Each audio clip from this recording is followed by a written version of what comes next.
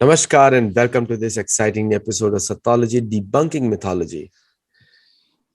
Today we have a very special topic. Sathology means science of truth and mythology means science of fake lie imagination, study of fake lie imagination.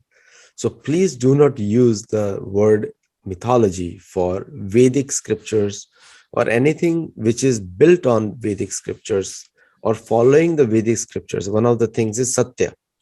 Satya means truth. So do not use mythology over there. Most of the mythology was written by the Western academics to propagate their faith and to reduce the faith of the people whom they were trying to rule. Like they would change the history, independence movement histories also of India, Africa. African Union has now begun to recognize what was done to them.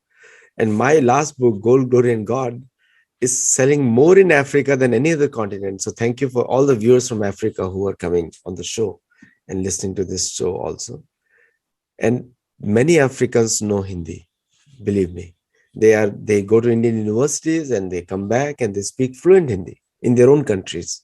In fact, it is said that the African population, as whosoever has gone to India, like it is, if Hindi movies, Hindi culture, Hindi shows are very common across Nigeria, Northern Africa, Southern Africa. So welcome all of you who are on this show.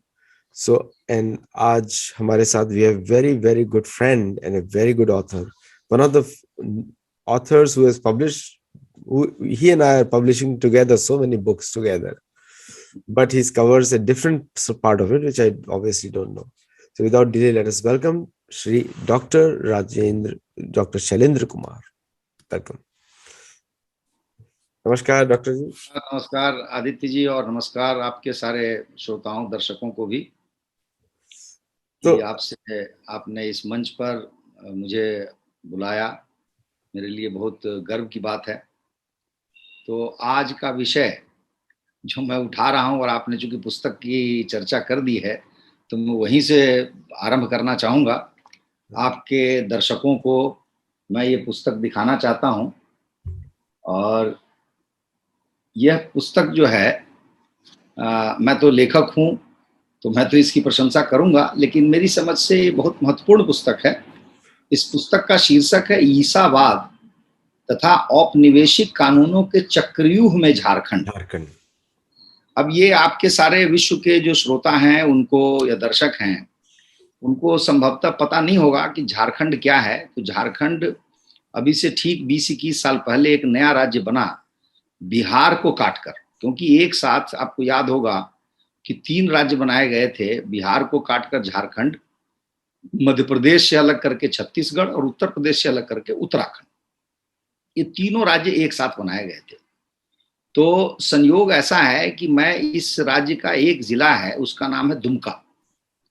वो ईसाइयों के राज में जब सरकार थी यहाँ पे सुंदरता से पहले तो बहुत बड़ा जिला हुआ करता था, बहुत बड़ा। उसमें से काट काट के बहुत सारे जिले नए बनाए गए हैं। तो वहां का मुझे प्रभारी बनाया गया देख रेख करने के लिए कि केंद्र सरकार से जो योजनाएं जा रही हैं वो कैसी लागू हो रही हैं, क्या हो रहा है नहीं हो रहा है। तो मुझे वहां जाने का मौका मिला और आपको जानकर आश्चर्य होगा आदित्य जी कि वो इतना अपने आप में दुर्गम स्थान है, नक्सल प्रभावित भी है कि लोग वहां जाते नहीं है आमतौर पर, क्योंकि आप रांची एयरपोर्ट उतरेंगे और वहां से जब जाएंगे तो आपको 8 जिलों को क्रॉस करना पड़ेगा और पूरा दिन लग जाता है ट्रैवल करने में। तो उसके बाद वहां पहुंचते हैं। तो वहां पर जब मैं वहां पहुंचा तो लोगों ने मुझे बताया, या दिल्ली से ही मैंने थोड़ी बहुत तैयारी की थी, वहां एक गांव है और वो गांव जो है उसका नाम है मलूटी।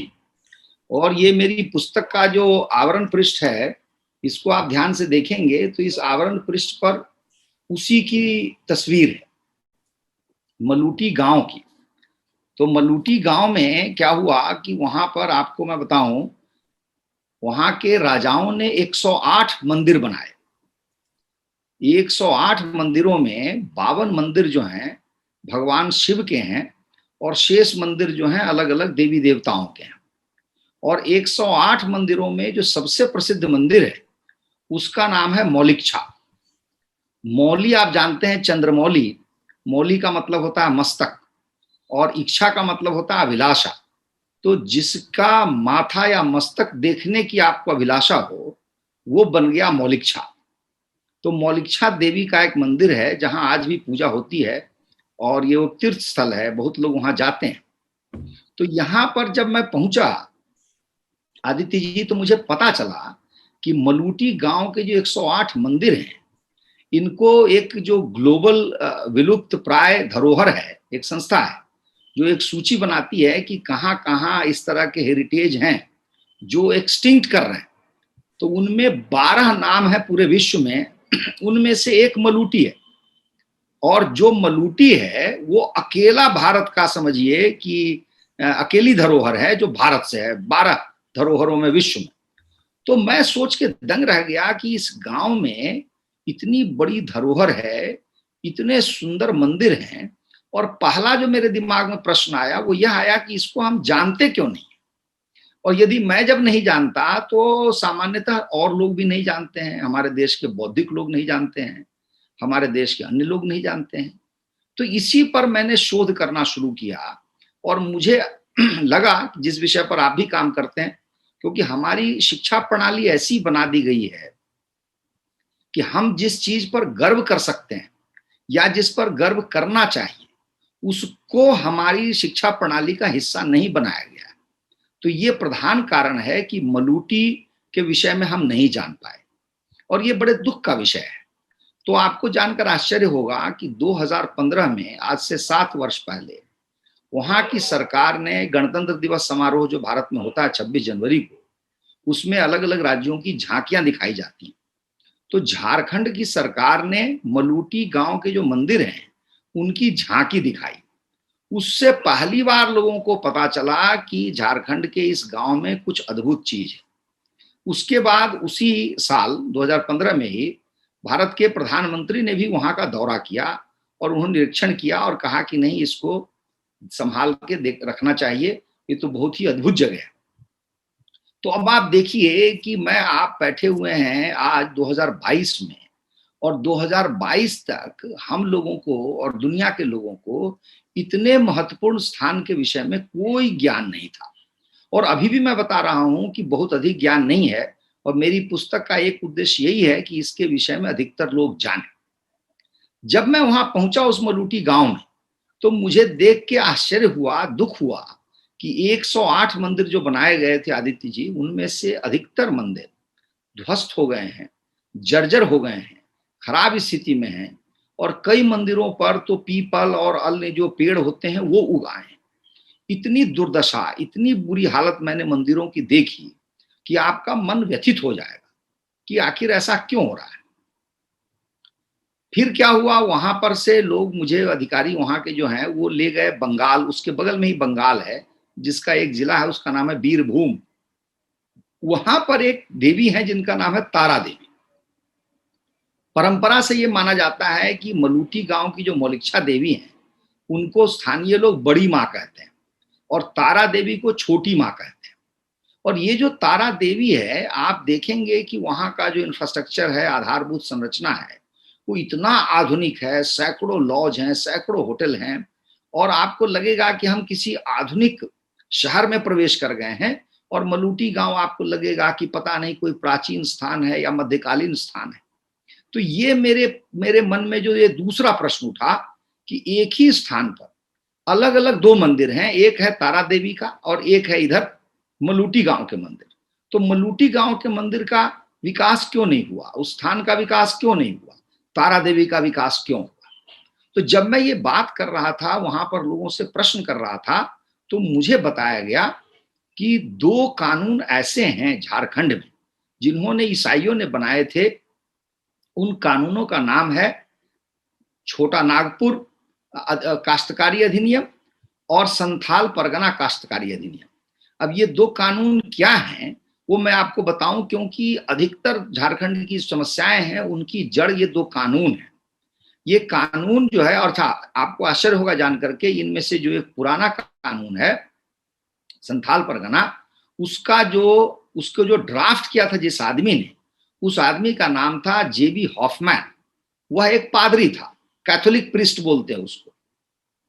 तो मैं सोचने पर मजबूर हो गया आदित्य जी कि किसी पादरी को क्या लेना देना है किसी एक्ट को, किसी कानून को ड्राफ्ट करने के लिए। क्या उस समय जो अंग्रेज अधिकारी थे वे ड्राफ्ट नहीं कर सकते थे? क्या कोई और विशेषज्ञ थे वो ड्राफ्ट नहीं कर सकते थे?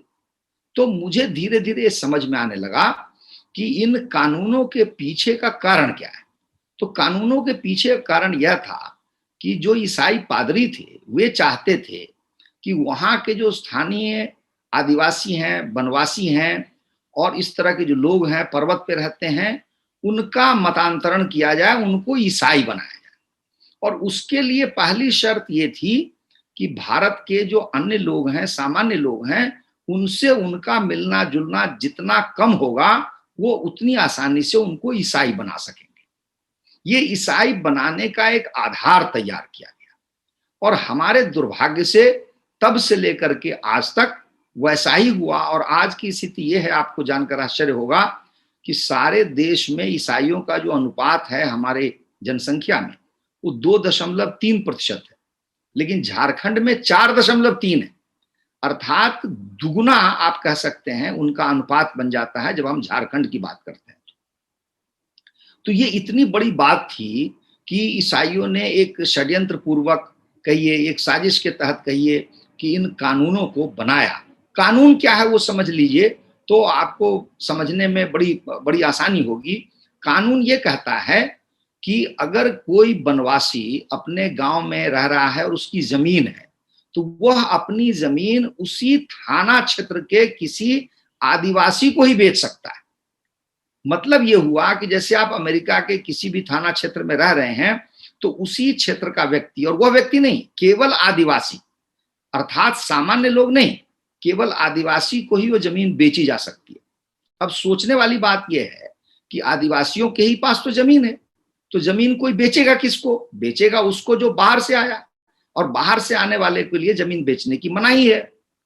तो होता यह है वहां पर आश्चर्यजनक रूप से कि अगर किसी को जमीन बेचना हो तो वह एक तंत्र विकसित किया हुआ है जो अवैध है, जो कानूनी नहीं है। उसका नाम है दान पत्र। आपने एक कागज पर दान कर दिया कि ये जमीन मैंने उसको दान कर दी, तो जो खरीदने वाला है वह हमेशा सशंकित रहता है क्योंकि उसको कानूनी अधिकार मिलता नहीं। बेचने वाले को ही मालूम है कि हमने उसको कानूनी अधिकार दिया नहीं। तो वहां पर जो एक अध्ययन हुआ है वो बताता है कि आदिवासियों की 1/3 भूमि इस दान पत्र के माध्यम से बिक चुकी है और उनको जो मूल्य मिलता है, कीमत मिलती है, वो सामान्य मार्केट रेट से 1/4 मिलती है। तात्पर्य यह है कि अगर 100 रुपए की भूमि है तो उस बेचारे को, आदिवासी को, मात्र 25 रुपए मिलते हैं और जमीन इन आदिवासियों की लगभग 1/3 उनके हाथ से निकल चुकी है। क्योंकि यहां मुख्य प्रश्न यह है कि जब तक जमीन की मांग रहेगी तब तक लोग कोई ना कोई उपक्रम करके उसके खरीदने का प्रयास करेंगे, और इसी तरीके से जिसको बेचना है वह भी कोई ना कोई उपक्रम लगा करके उसको बेचेगा। तो हमारा दुर्भाग्य यह है आदित्य जी कि झारखंड जैसे प्रदेश में ये 2 कानून जो हैं उन्होंने उन आदिवासियों को एक हिसाब से बर्बाद कर दिया है। और दुर्भाग्य एक और है कि जहां कोई किसी को जमीन नहीं बेच सकता वहां गली गली में चर्च खुल गए हैं, वहां गली गली में ईसाइयों के विद्यालय हैं और जगह जगह ईसाइयों के अस्पताल हैं। अब प्रश्न यह उठता है कि यदि कानून है तो ईसाइयों को चर्च बनाने की अनुमति कैसे मिल गई? उसको भूमि किसने दे दी? अस्पताल के लिए भूमि किसने दे दी? विद्यालय के लिए भूमि किसने दे दी?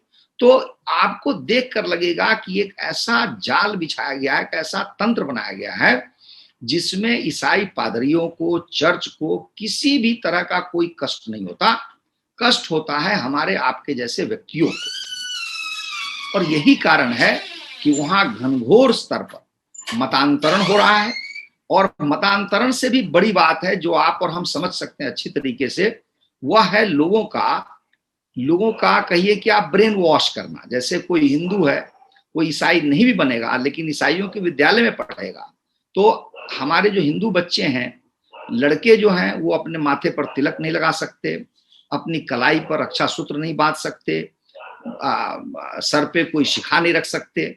तात्पर्य कि कोई हिंदू प्रतीक नहीं रख सकते। वैसे ही जो लड़कियां हैं वो बिंदी नहीं लगा सकती, कुछ और नहीं कर सकती। अगर विवाहित लड़कियां हैं, कॉलेज जा रही हैं, मंगलसूत्र नहीं पहन सकती।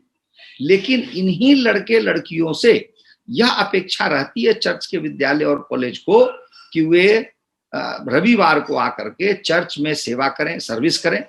दूसरी बात, चर्च में जाएं, चर्च में प्रेयर करें। तो कोई जो बच्चा होगा जो ईसाई नहीं भी बनेगा, लेकिन 12 साल 14 साल यदि ऐसे विद्यालयों में पढ़ेगा, तो वो जब वो निकलेगा तो आप ये मान के चलिए आदित्य जी कि वह हिंदू नहीं रहेगा। हिंदू केवल नाम का होगा, मन से हिंदू नहीं होगा। मन से वो उसका झुकाव ईसाई की तरफ जाएगा।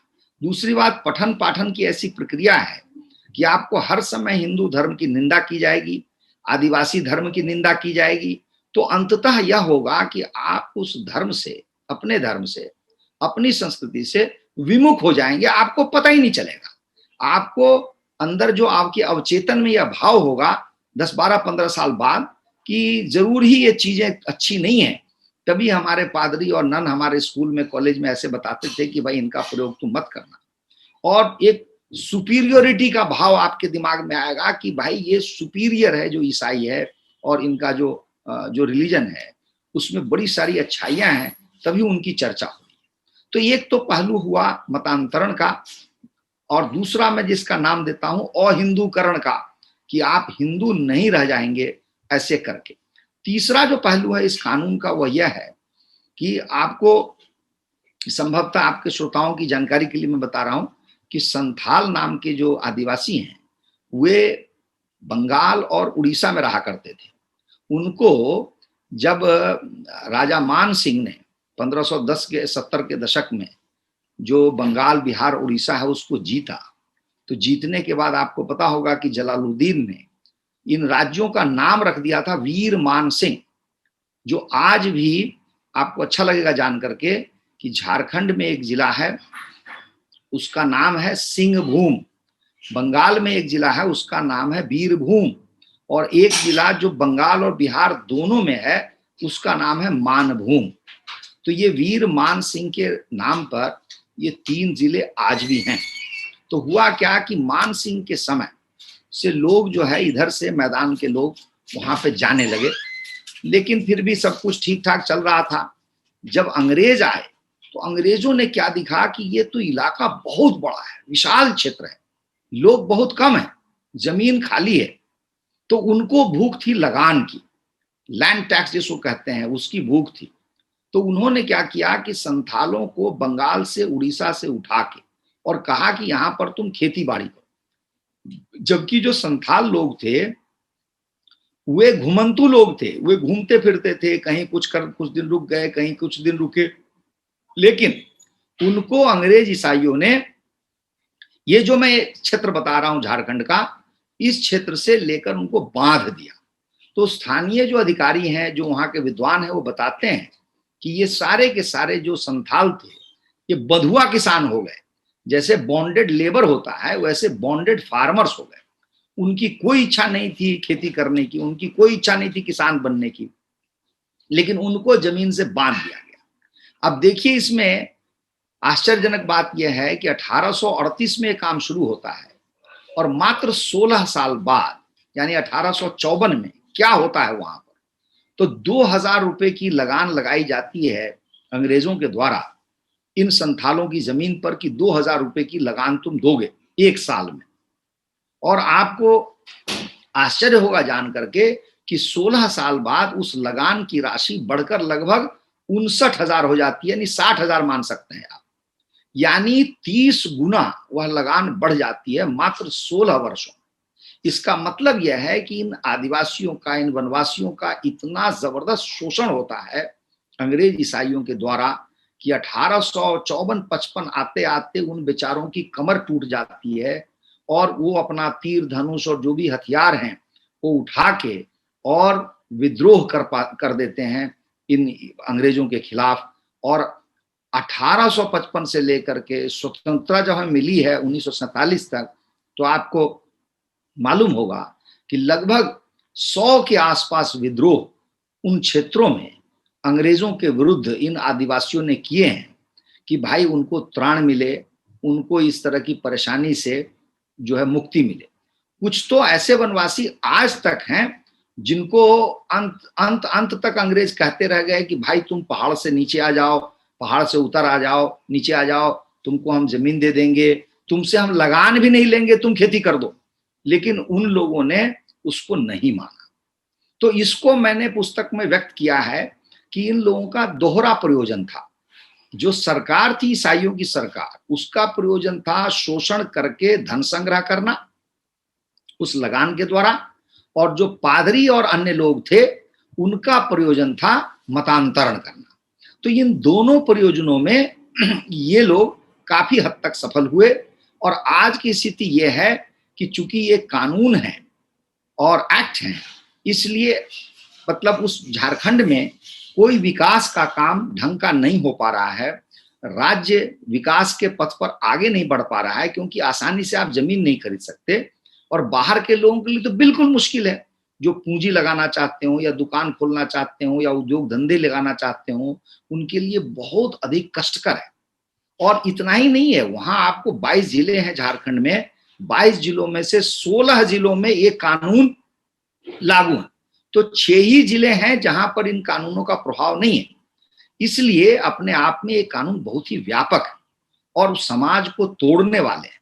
अब आप देखिए कि इतना अधिक मकड़जाल है वहां पे कानूनों का कि जगह जगह आप देखेंगे कि लोगों की समझ में नहीं आएगा किस कानून का क्या प्रावधान है, क्या करने से कौन कब जेल चला जाएगा, उसके विरुद्ध कोई मुकदमा शुरू हो जाएगा। नतीजा ये है कि इस कानून के मकड़जाल में झारखंड जो है उलझा हुआ है। इसीलिए हमने नाम दिया है पुस्तक का ईसावाद और औपनिवेशिक कानून के चक्रव्यूह में झारखंड है। और जब तक इस चक्रव्यूह को तोड़ा नहीं जाएगा, जब तक इन कानूनों को समाप्त नहीं किया जाएगा, झारखंड का विकास नहीं हो पाएगा। और आश्चर्य की बात यह है, जो आपके सारी दुनिया के दर्शक हैं उनको अच्छा लगेगा जान करके, कि जैसे कानून ईसाइयों ने झारखंड में बनाए, प्रश्न उठता है क्या ऐसे कानून यूरोप में बनाए हैं?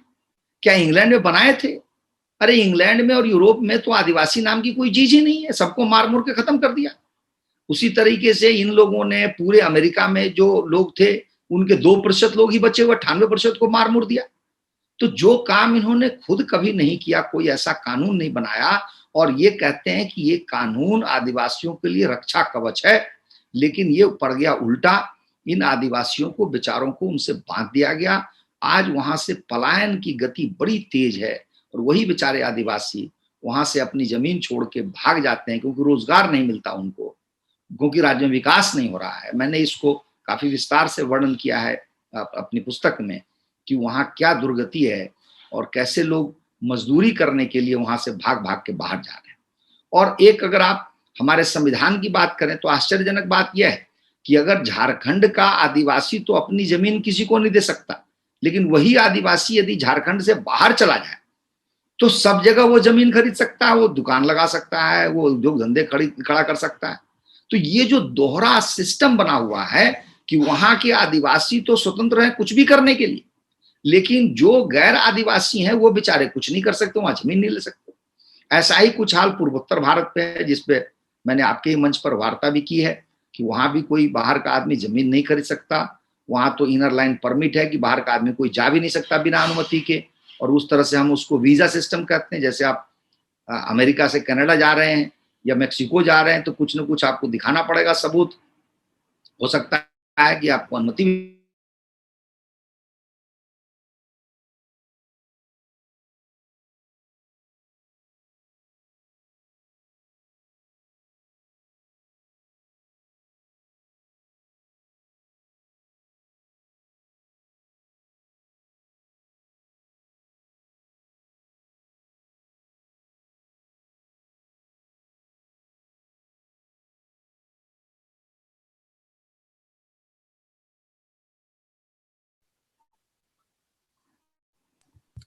I don't know what happened. Suddenly the voice disappeared. What are you saying? कितनी देर से? Yeah, at least 40 seconds, 50 seconds. अच्छा, तो ठीक है, मैं उसको दोबारा बोल दूंगा, कोई बात नहीं। Please continue. I think you were saying कि जो बाहर के आदिवासी हैं वो जमीन नहीं खरीद सकते हैं, वो हाँ हाँ The visa system you're saying, almost in line. हाँ हाँ हाँ हाँ, बस मतलब वो आ गया, वो पूरा आ गया, पूरा आ गया। So, Shailendra ji, like my question to you will be that there is so much of Isavad, like this is the same inculturation strategy use पूरी दुनिया में चर्च ने इसी प्रकार के जो उनकी जो कार्यशैली स्ट्रेटेजी इस तरह अपनाई कि उन्होंने एक तरीके से जो लोकल लोग हैं उनके ऊपर उन्होंने हर तरह के कानून बनाए कि आप ये नहीं कर सकते, वो नहीं कर सकते, ये नहीं कर सकते, किया उन्होंने पूरी दुनिया में किया और भारत में भी किया। लेकिन भारत की आजादी के बाद अगर आप सबसे अच्छा उदाहरण देखना चाहते हैं वो है वियतनाम। वियतनाम कंबोडिया में एक लॉ पास किया गया कि जो भी यूरोपियन कॉलोनाइजर्स ने जो भी रूल बनाए थे उन्होंने पहले दिन ही आजादी में उन सबको हटा दिया। बट वो भारत में नहीं हुआ। भारत में नहीं हुआ, अभी भी नहीं हुआ, अभी भी चल रहा है। नहीं।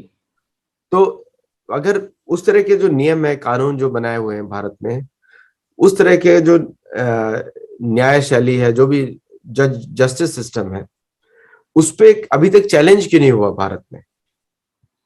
ये आपका बहुत ही सुंदर प्रश्न है आदित्य जी, बहुत ही सुंदर। और हमारे देश में आप परिचित भी होंगे, अश्विनी उपाध्याय जैसे लोग हैं जो रात दिन यही काम कर रहे हैं लोगों को बताने के लिए।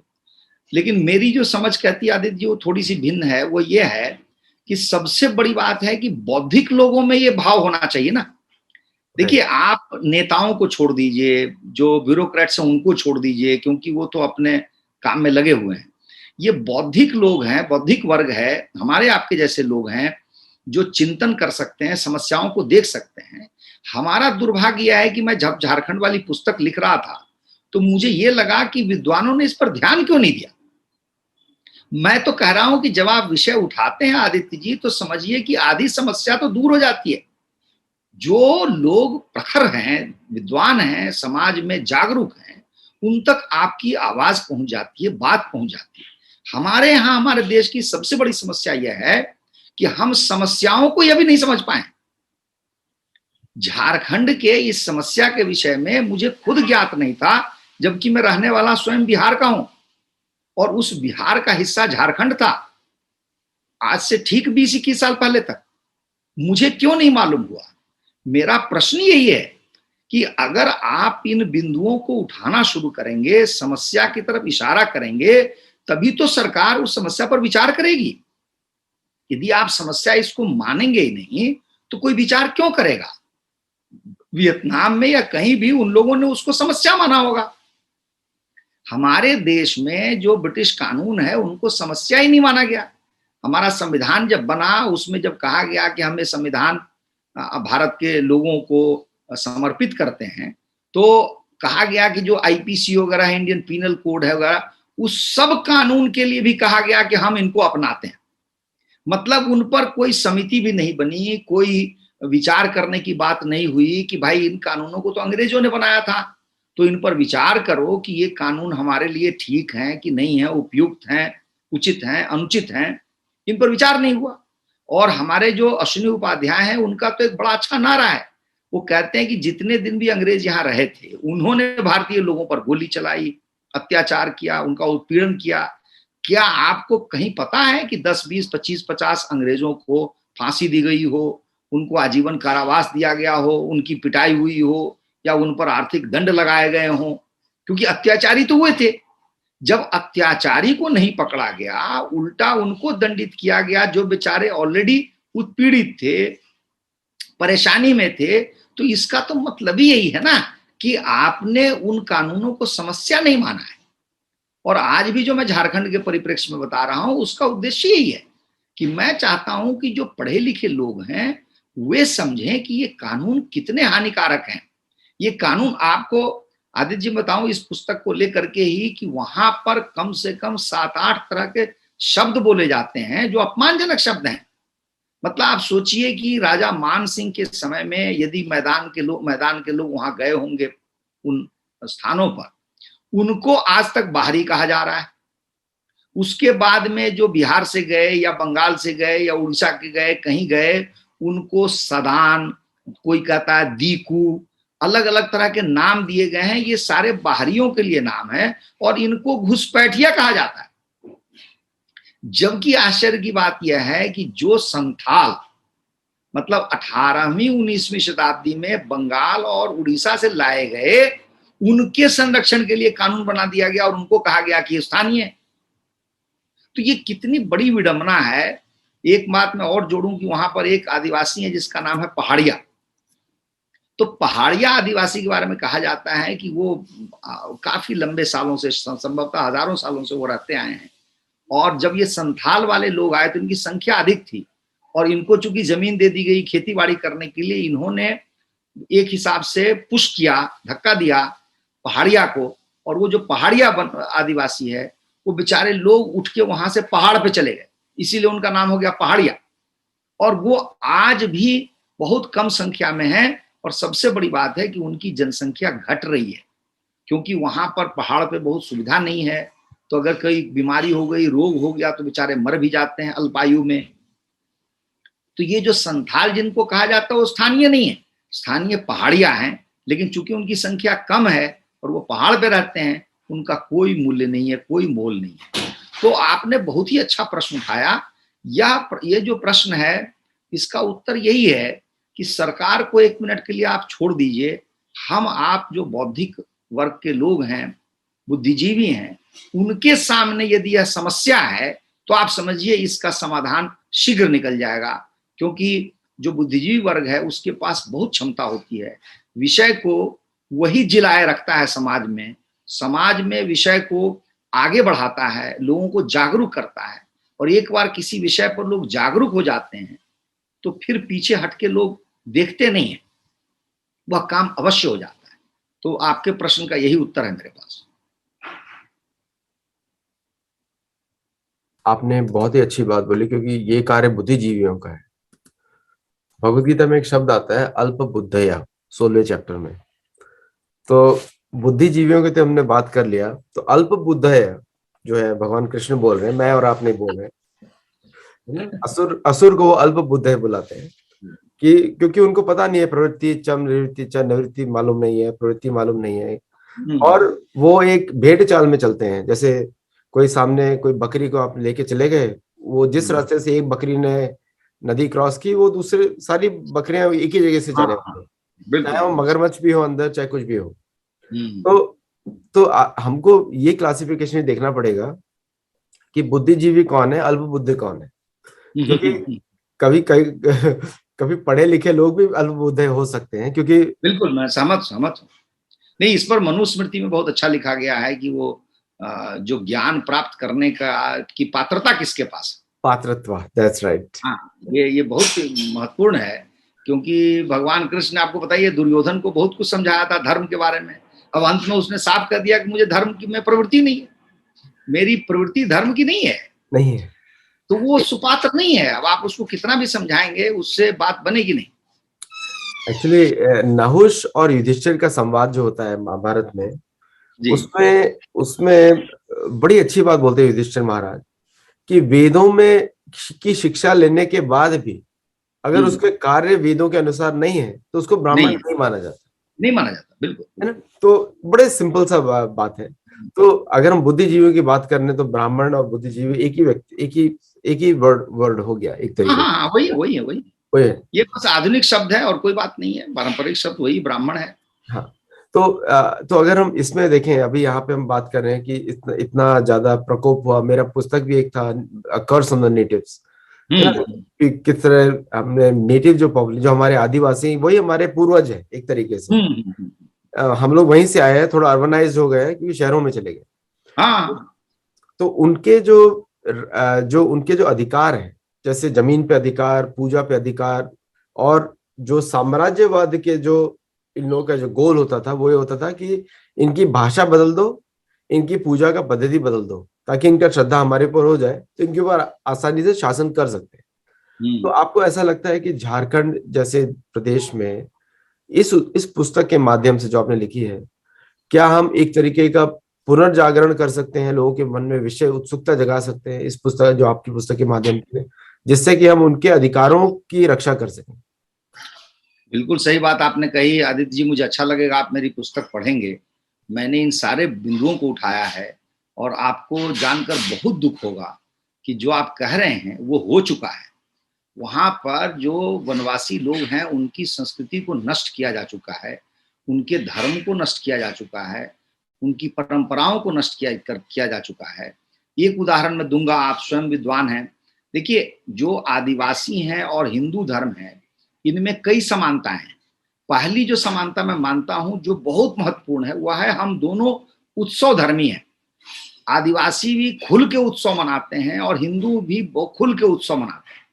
लेकिन आपको जानकर आश्चर्य होगा कि चाहे मोहम्मदवाद हो चाहे ईसावाद हो, इनमें उत्सव ही नहीं है। इनमें जो उत्सव आज जो मना रहे हैं, जो भी मुसलमान तो आज भी नहीं मना रहे हैं, लेकिन ईसाई जो मना रहे हैं वो हमारे उत्सव हैं जिनको उन्होंने लिया हुआ है। तो उत्सव धर्मिता एक ऐसा बिंदु है जो हमारे में और आदिवासियों में बिल्कुल समान है। और इसीलिए संसार में आदित्य जी 12-13 करोड़ आदिवासी भारत के हिंदुओं के साथ सहअस्तित्व से आज भी रह रहे हैं, जो संसार में दुर्लभ है, क्योंकि हमारे बीच समानता बहुत अधिक है। दूसरी जो समानता है वो है प्रकृति पूजा। हम भी प्रकृति के भक्त हैं, वे भी प्रकृति के भक्त हैं। जो आदिवासी होंगे वो आपको नदी, झील, झरना, तालाब, पर्वत, वन सबकी पूजा करेंगे, पेड़ पौधे, जीव सबकी पूजा करेंगे। तीसरा जो बिंदु है वो है पूर्वजों की पूजा। हम भी पूर्वजों की पूजा करते हैं और एक आदिवासी भी बड़ी श्रद्धा से अपने पूर्वजों की पूजा करते हैं। तो ये जो तीन मुख्य तत्व मैंने बताए हमारे और उनके बीच के समानता के, इनको जो ईसाई हैं लगभग नष्ट कर चुके हैं। क्योंकि उनको चर्च में जाना उनकी दिनचर्या का हिस्सा है, चर्च में प्रेयर करना, अपने पुरखों अपने पूर्वजों का जो मान सम्मान था वो समाप्त हो गया, उत्सव धर्मिता समाप्त हो गई। आप देखेंगे कि उनके यहाँ नाचना, गाना, झूमना, ये अभी भी संसार में कहीं भी अगर आप फोटो देखें, वीडियो देखें, तो वो आदिवासी समाज का ही होता है। उसको भी उन्होंने नष्ट कर दिया। तो इसका बहुत बड़ा हिस्सा हमारे दुर्भाग्य से नष्ट हो चुका है। लेकिन अभी भी जो आपने बीच में बात की बहुत महत्वपूर्ण है कि जन जागरण से बचाया जा सकता है और जो ईसाई बन गए हैं उनको वापस ईसाई बनाया जा सकता है। क्योंकि मैंने पुस्तक में लिखा है कि उन ईसाई बने आदिवासियों से बात की जाए, उनको बताया जाए कि तुम सब कुछ गंवा चुके हो, तुम्हें कुछ मिला नहीं है, ईसाई बन करके भी तुमको कुछ नहीं मिलने वाला है। और इसमें मैंने एक बहुत अच्छा प्रचंड उदाहरण दिया है आदित्य जी, आप पढ़ेंगे तो अच्छा लगेगा। वो एक आर एल फ्रांसिस है, ईसाई ही हैं, लेकिन उन्होंने बताया है कि भारत में सबसे बड़ा जो पद है, पोस्ट है कैथोलिक ईसाइयों का, उसका नाम है कार्डिनल। उनकी संख्या 6 है, उनमें कोई दलित नहीं है। उसके बाद दूसरे नंबर पे जो पोस्ट है उसमें आर्च बिशप नाम दिया हुआ है, उनमें कोई दलित नहीं है, यानी कि कोई आदिवासी नहीं है, कोई दलित समाज का व्यक्ति नहीं है। जबकि उसी समाज के लोग 90-95% लोग ईसाई बनते हैं, लेकिन उन विचारों को कभी कोई पद नहीं दिया जाता चर्च में। मिजोरम वगैरह में तो ये हालत है कि वहां किसी महिला जो ईसाई बन गई है उसको भी चर्च में कोई पद नहीं दिया जाता। तो महिलाओं के प्रति भी कोई अच्छा व्यवहार नहीं। इसलिए मैं मानता हूं कि उनको कुछ मिला नहीं है, अतः हमारा प्रयास होना चाहिए कि उनको भी हम वापस उनके समाज में वापस ले आए, लौटा दें।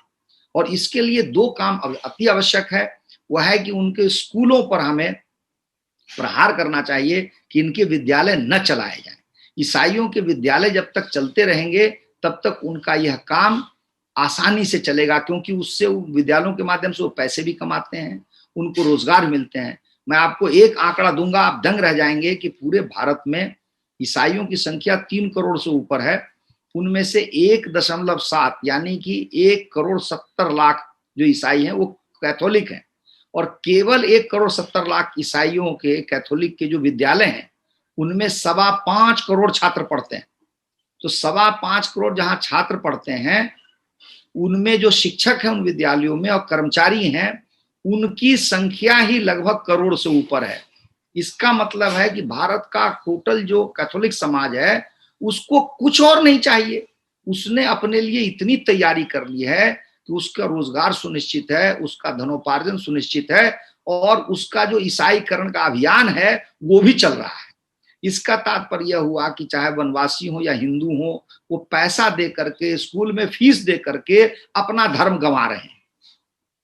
इसको बचाना बहुत जरूरी है। और मेरी पुस्तक का यह जो है, एक पुस्तक में मैंने अनुशंसा की है, उसी तरह उनके अस्पतालों से बचा जाए, क्योंकि कोई मरीज होता है, रोगी होता है, अगर 10-20 दिन वहां रह गया तो उसका भी ब्रेन वॉश किया जाता है कि तुम तो हमारे कारण से ठीक हुए हो, ईसा मसीह ने तुमको ठीक कर दिया है। तो आपके प्रश्न का यही उत्तर है कि ये जनजागरण मेरी अपेक्षा है कि वहां पर लोगों को जानकारी हो और लोग इन चीजों से विमुख हों, तभी हमारी संस्कृति को बचाया जा सकता है। अन्यथा संस्कृति का जो अधिकांश है वो इन लोगों ने नष्ट कर दिया है, लंबे समय से लगे हुए हैं इन अपने षड्यंत्र में। ये मेरा उत्तर है। ये ईसाईकरण का या ईसावाद का एक बहुत बड़ा मतलब इस्लाम भी इसी तरह काम करता है। पहले सत्ता, बाद में इंस्टीट्यूशंस और बाद में लोग, ये 3 लेवल पे काम करते हैं वो लोग। तो जो सत्ता में अगर आ गए उसके बाद ही सारे चेंजेस करते हैं। सनातन धर्म थोड़ा अलग है, वो लोकतंत्र के हिसाब से चलता है, लोगों के हिसाब से सत्ता बनती है। लेकिन जो अब्राहमिज्म है उसमें सत्ता से लोगों का परिवर्तन किया जाता है। तो इन लोगों के लिए सत्ता बहुत ही आवश्यक है, बहुत आवश्यक, बहुत आवश्यक, बहुत आवश्यक है। उसके बिना कार्य नहीं करते हैं। तो और एक तरीके से देखा जाए तो वो जो सिस्टम था पूरा, जैसे लोग बोलते हैं इंडियन सिविल सर्विसेज बनाई गई, वो एक सेकंड लेवल था ट्रांसलेशन के लिए। जैसे भारत की सिविल सर्विसेज होती हैं उतनी ब्रिटेन की सिविल सर्विसेज उस तरह की नहीं चलती है। वहां पे सिविल सर्विसेज वहां पे is a time based job, permanent नहीं होती। लेकिन यहाँ पे कॉन्स्टिट्यूशनल पोजीशन है क्योंकि कॉलोनियल माइंडसेट है। तो उस सिस्टम से अगर हम चलते हैं तो you have a second layer of rulers, they have to follow the, जिनके पास सत्ता है उनको फॉलो करना है। तो उस हिसाब से भी अगर देखा जाए, बुद्धिजीवी के हिसाब से अगर सोचें उसको, कि उस सिस्टम को भी थोड़ा सा हम लोग क्वेश्चन करने की आवश्यकता है। क्योंकि उसमें क्या होता है कि लोगों की जो आवाज है वो सत्ताधारियों के पास नहीं पहुंचती कभी भी। वो तभी पहुंचेगी जब वो उनके लिए वोट बैंक बनेंगे, तब तक नहीं पहुंचेगी। और ये सारी पॉपुलेशन पॉकेट्स में है जिनका वोट इतना इंपॉर्टेंट नहीं है। तो इसीलिए अर्बनाइजेशन में ज्यादा जोर किया जाता है कि उससे डेमोक्रेसी में ऊपर नीचे सत्ता नहीं बदलेगी। तो जो इस विषय को जो आपने उठाया है उसका इम्पैक्ट जो है, मतलब सिस्टमिक वे में अगर देखा जाए तो वो एक सिस्टम बन चुका है इस तरह का। तो इस तरह का जो आपने ये जो इश्यूज आपने उठाए अपनी पुस्तक में, आपने उसका सोल्यूशन दिया किस प्रकार इसको रिजॉल्व किया जाएगा? मैंने बहुत सारे समाधान इसमें बताए हैं। उसमें नेतृत्व पर भी मैंने चर्चा की है, क्योंकि झारखंड की समस्या ये है कि वहाँ पे नेतृत्व बड़ा दुर्बल रहा है। अब आप स्वयं समझिए ना कि भाई जो आदिवासी हैं उनका जो सारा का सारा तंत्र है वो ईसाई एक हिसाब से संचालित करते हैं, तो वो एक दूसरे रास्ते पे जा रहे हैं। बाकी जो लोग हैं हमारे आपके जैसे सामान्य लोग हैं, उनके साथ क्या हो गया ना, झारखंड का एक दुर्भाग्य रह गया, लोगों ने समझ लिया कि नहीं ये तो अब आदिवासी वनवासियों का ही राज्य है, हम लोगों का इतना महत्व नहीं है। तो उन लोगों ने राजनीति में उतनी रुचि नहीं ली। नतीजा क्या हो गया कि वहां पर नेतृत्व की कह सकते हैं कि कमजोर नेतृत्व है या नेतृत्वहीनता है, नेतृत्व नहीं है उपलब्ध। एक समस्या ये, जो आप ब्यूरोक्रेसी की बात कर रहे हैं उस पर मेरा तो लंबे समय से मानना रहा है कि जिस ब्यूरोक्रेसी को ब्रिटिश सरकार ने भारत में निर्माण किया वही ब्यूरोक्रेसी इंग्लैंड में नहीं है, न तब थी न आज है। इसका मतलब ये है कि उसका प्रयोजन कुछ और था। वह तो अपनी कॉलोनी में कैसे शासन प्रशासन किया जाए इसके लिए ब्यूरोक्रेसी बनाई थी, समाज के विकास के लिए नहीं। समाज का उत्थान हो या व्यक्तियों का महत्व हो, यह उसको नहीं करना था। उसको तो अपने जूते के नीचे रौंदना था कि कोई आदमी आए हम उसको कैसे मार के दबा सकते हैं, पीट सकते हैं। जो मैंने आपको उदाहरण दिया, इसीलिए कभी किसी को दंड नहीं मिला। आप बताइए, जलियांवाला बाग हो गया कि लोगों को घेर के आपने मार दिया, फिर भी आपको दंड नहीं मिला। तो मेरा कहना यह है कि जो ब्यूरोक्रेसी है इसमें परिवर्तन तो अवश्यंभावी है, बहुत जरूरी है, इसके बगैर काम नहीं होगा। लेकिन इसमें एक अच्छी बात हुई आदित्य जी, संभवतः आपको जानकारी नहीं हो, जो वर्तमान सरकार है उसने इस ब्यूरोक्रेसी में बदलाव इस तरह शुरू कर दिया है कि इसका जो ऊपर का हिस्सा है उसमें सीधी भर्ती शुरू कर दी है, जिसको लैटरल एंट्री हम कहते हैं। अभी संख्या कम है लेकिन वो बहुत प्रभावकारी है, और धीरे धीरे करके अगर 2-4-5 साल में और परिवर्तन होगा तो आप अवश्य देखेंगे कि हमारे देश की जो ब्यूरोक्रेसी है उसका शील स्वभाव और चरित्र आपको थोड़ा बदला हुआ नजर आएगा। यह एक परिवर्तन, इसकी शुरुआत हो चुकी है और हमें बड़ी खुशी है कि यह काम अब हो रहा है। आज की जो भारत की जो सरकार है वो लोगों की सरकार है, सामान्य लोगों की सरकार। आज जो सरकार है भारत में, और अपेक्षा भी उनसे बहुत ज्यादा रहती है, क्योंकि इसीलिए है कि पहली बार भारत के लोग अपनी बात, उनको थोड़ी होप है, पहले होप भी नहीं थी। नहीं थी। पहले इटली के लोग राज कर रहे हैं, उसके पहले ब्रिटिश ने राज किया, फिर इस तरह के भारत के साथ होते रहे षड्यंत्र। और भारत के साथ षड्यंत्रों की श्रृंखला इतनी ज्यादा है जितनी किसी और देश के साथ नहीं। तो ऐसा ऐसा लगता ही नहीं है कि कभी भारत को आजादी मिली। मतलब मुझे तो लगता है कि 2014 में पहली बार भारत को कुछ आजादी मिली है, और 1998 में थोड़ा सा पीरियड था। आपको ऐसा लगता है कि अगर इस तरह यही ट्रेंड चलता रहा, झारखंड में तो आज भी वहाँ की स्टेट गवर्नमेंट का थोड़ा बहुत क्वेश्चन भी किया जा सकता है उनकी, उनका what they want to do, लेकिन आपको ऐसा लगता है कि ये एक मूवमेंट मास बनेगा जहां पे शहरों के लोग इस इश्यू के साथ जुड़ेंगे? क्योंकि जिनको थोड़ा ज्यादा एक्सपोजर है सोशल मीडिया पे या अदर, उन लोगों का ये दायित्व बनता है कि इस तरह के प्लेटफॉर्म्स को यूज करके वो एक कोर इशू पे एड्रेस करें, कि इस पे जाके बात करें। आपको लगता है कि उससे ज्यादा इफेक्ट आएगा? इस तरह के शोज हम लोग जो कर रहे हैं, ये पहली बार, ये पहला शो है इस एरिया पे हम लोग बात करें, शायद इस तरह का शो इंटरनेट पे है नहीं कहीं पर भी। नहीं तो नहीं आदित्य जी, क्या बोलते हैं? जी मैं आदित्य जी, आपको स्वयं अनुभव है, और मैं आपको बताऊं कि लोग जो है ना वो ज्ञान के और नई नई चीजों के भूखे हैं। आपको स्वयं पता होगा कि महेंद्र जी ने जो मेरी पिछली पुस्तक थी उसकी समीक्षा लिखी थी, तो काफी दिन हो गए, 74,000 से अधिक लोगों ने उस समीक्षा को पढ़ा। अब ये जो संख्या है ये मेरे लिए बहुत ही मतलब कहिए कि मैं स्वयं आशावादी बन जाता हूँ। लोगों में जब तक भूख नहीं है तब तक इतने लोग इसको क्यों देख रहे हैं, इसको क्यों समझ रहे हैं? और आप जितने नए विषय लाएंगे आदित्य जी, मैं आपके साथ दावा करता हूं कि आपको उतने अधिक लोग सुनेंगे, उतने अधिक लोग देखेंगे। कारण क्या है कि अभी तक हमारी निष्ठा नहीं थी विषयों को उठाने में। हम दबे हुए से थे कि नहीं यही विषय उठाना है, दूसरा नहीं उठा सकते। आज ये खुलापन है, स्वतंत्रता है, इसलिए विषयों में आपको नयापन आएगा। और तरह तरह के आप देखिए ना, ये आप कश्मीर फाइल्स कोई ले लीजिए, क्या ऐसी फिल्म कभी कोई सोच सकता था कि बनेगी तो क्या शूटिंग होगी तो क्या रिलीज होगी तो कैसे होगी, क्या सेंसर बोर्ड क्या करेगा, और आज इसने धूम मचा दी है। तो मैं ये मानता हूं कि वो जो आप काम कर रहे हैं या और भी सोशल मीडिया पे हैं, इसमें सबसे आवश्यक है नयापन। और आपको एक और बात मैं बताना चाहूंगा कि ये पहली बार है आदित्य जी जब भारत देश में 80% से ऊपर लोग आज साक्षर हैं, पढ़े लिखे हैं, और अगले 10 साल में लगभग भारत 100% आप कह सकते हैं इसको लिटरेट कंट्री होगा। इसका मतलब यह है कि आज जितनी बड़ी संख्या में लोग पढ़े लिखे हैं, चाहे वो अखबार हो, टीवी हो, सोशल मीडिया हो, जो इस्टेब्लिश टीवी चैनल हो, तो इनको आप देखेंगे कि इसीलिए होड़ सी लगी हुई है। कोई भी प्लेटफॉर्म यूज कीजिए, लोग उसको हाथों हाथ उठाते हैं। बस शर्त यह है कि उसमें नयापन होना चाहिए, आपकी बातों में दम होना चाहिए, आप में उस विषय के प्रति निष्ठा होनी चाहिए। लोग उसको समझेंगे, उठाएंगे, और वही विषय मुख्य विषय बन जाएगा। बहुत बहुत धन्यवाद डॉक्टर शैलेंद्र जी, और ये पुस्तक और जरूर पढ़िए लोग, ईसावाद तथा औपनिवेशिक कानून के चक्रव्यूह में झारखंड। ये जो पुस्तक है अवेलेबल है, इसका लिंक इस वीडियो में रहेगा, जरूर इसको देखिए। और स्पेशली जो झारखंड के जो निवासी हैं वो भी इस पर ज्यादा ध्यान दें, और झारखंड का जो उनकी पॉपुलेशन है पूरे अमेरिका में है, तो जो अमेरिका में देख रहे हैं इस वीडियो को, वो इस बुक को जरूर पढ़ें, खरीदें, और साथ में इस पे कार्य करें।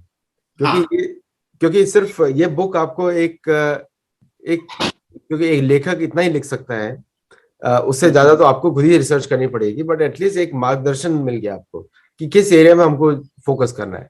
जरूर पढ़िए, शेयर करिए, और लोगों को बताइए इसके बारे में, और साथ में एक नए भारत का निर्माण, अगर लोगों को शायद आइडिया ना हो, उधम सिंह, जहाँ पे मैं रहता हूँ, उधम सिंह यहीं पे आके छुपे थे बिफोर ही वेंट टू लंदन।